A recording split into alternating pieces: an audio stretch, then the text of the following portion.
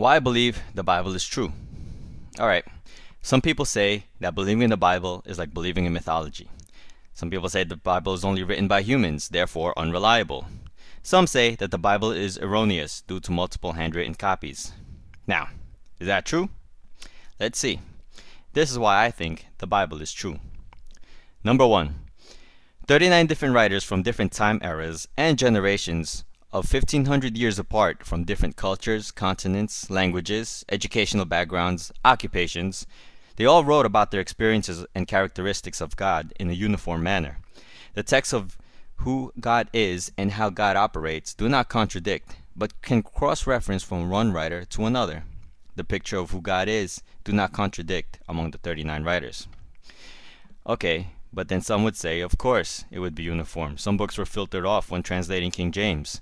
Well, you can filter off all of them and have only 2 to 3 writers and their testimonies about experiencing God, and any cross-referential commonality between at least 2 writers would judicially be considered a valid account.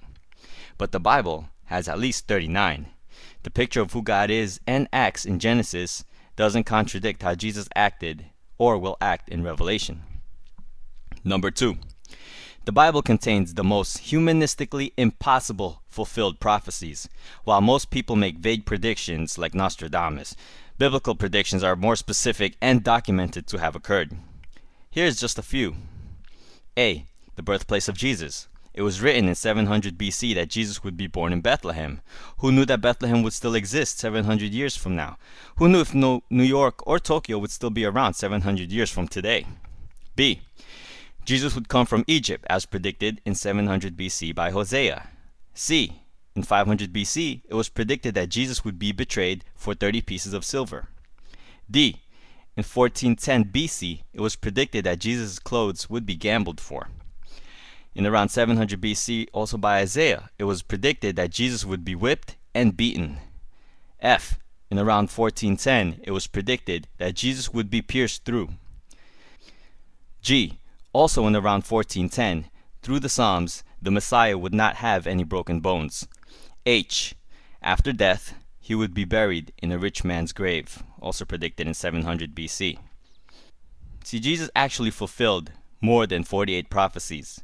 The chances of filling just 8 of those prophecies, such as those mentioned above, by any human would be 10 to the 17th power. That's like the chances of filling the entire area of Texas with 2 feet of silver dollars, marking one coin, randomly dropping it anywhere in Texas, blindfolding a person, and then have that person randomly choose one coin, and that one coin would be the marked one.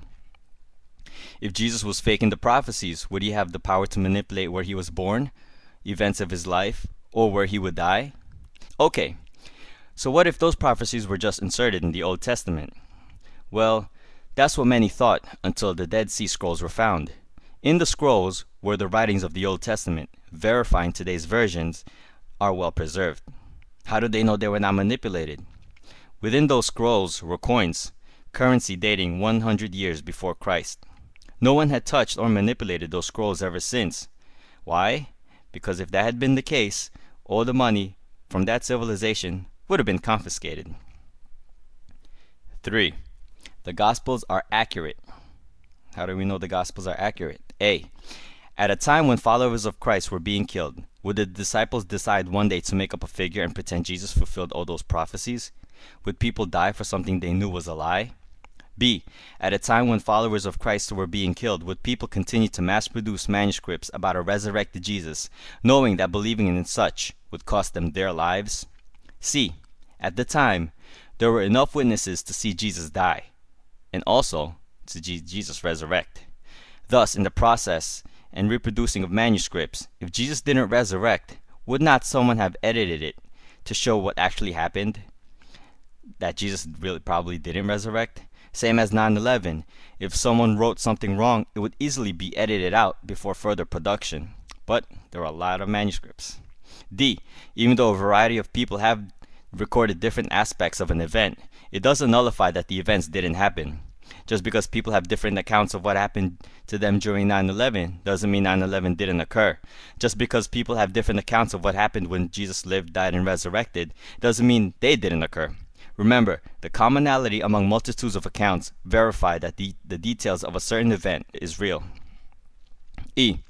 If the disciples made up the Gospels, they could have easily used more popular names such as Peter, Mary, or Andrew, but instead they chose a tax collector and a fisherman.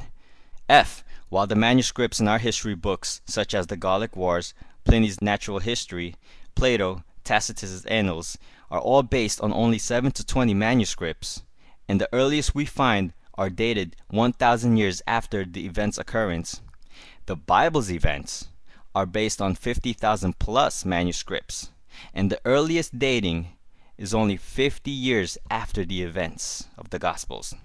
The book of John is found in Egypt. The earliest manuscript we have is 125 AD.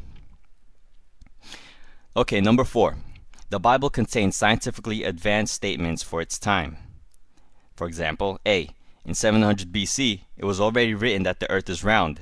By the way, in Hebrew, the word circle came from a word that means spherical. The word sphere didn't exist in 1612. B. In 2000 BC, it was already written that the earth hangs on nothing and sits on nothing, while some people believed Atlas or an elephant carried the earth. C. In 600 BC, Jeremiah already wrote that the stars are innumerable. Ancient scientists such as Hipparchus and Kepler thought that the stars could not be numbered. Not until a telescope was invented was the Bible proven correct. D. In 2000 BC, someone had already recorded there are underwater springs. How would anybody have known that? C. Around 935 BC, King Solomon recorded that the winds travel in circular motion. How would he have known that without meteorologists' analysis on TV? F. In around 1405, Joshua records destroying a thick wall through a scientific property called resonance. How did Joshua or the writer know that constant resonance, the same resonance that Paul Linings discovered in 1928 that collapses a bridge, would cause a thick city wall to come down? And not only that, how would Joshua or the writer know that sound oscillations are so powerful enough that it can cause massive destruction, just like subwoofers? So, do you really think humans back then made up these scientific facts? Then if you look at other books, let's say the Quran, it reveals some unscientific facts, such as in Surah 1886, it says that this person traveled far enough to where the sun goes and into the earth, and the sun goes into a muddy spring. That's not scientifically accurate. Number 5, archaeology. Archaeological findings support that the biblical records are accurate. Many critics try to belittle the Bible by saying, "Oh, where's Babylon? Where's Nineveh? Where are those external writings about the all-famous King David? Or Jesus Christ? Or anybody ever said Jesus Christ is God outside of the Bible? If the Bible is so real, why don't extra biblical references exist?" Well, we have unearthed Babylon. We have unearthed Nineveh.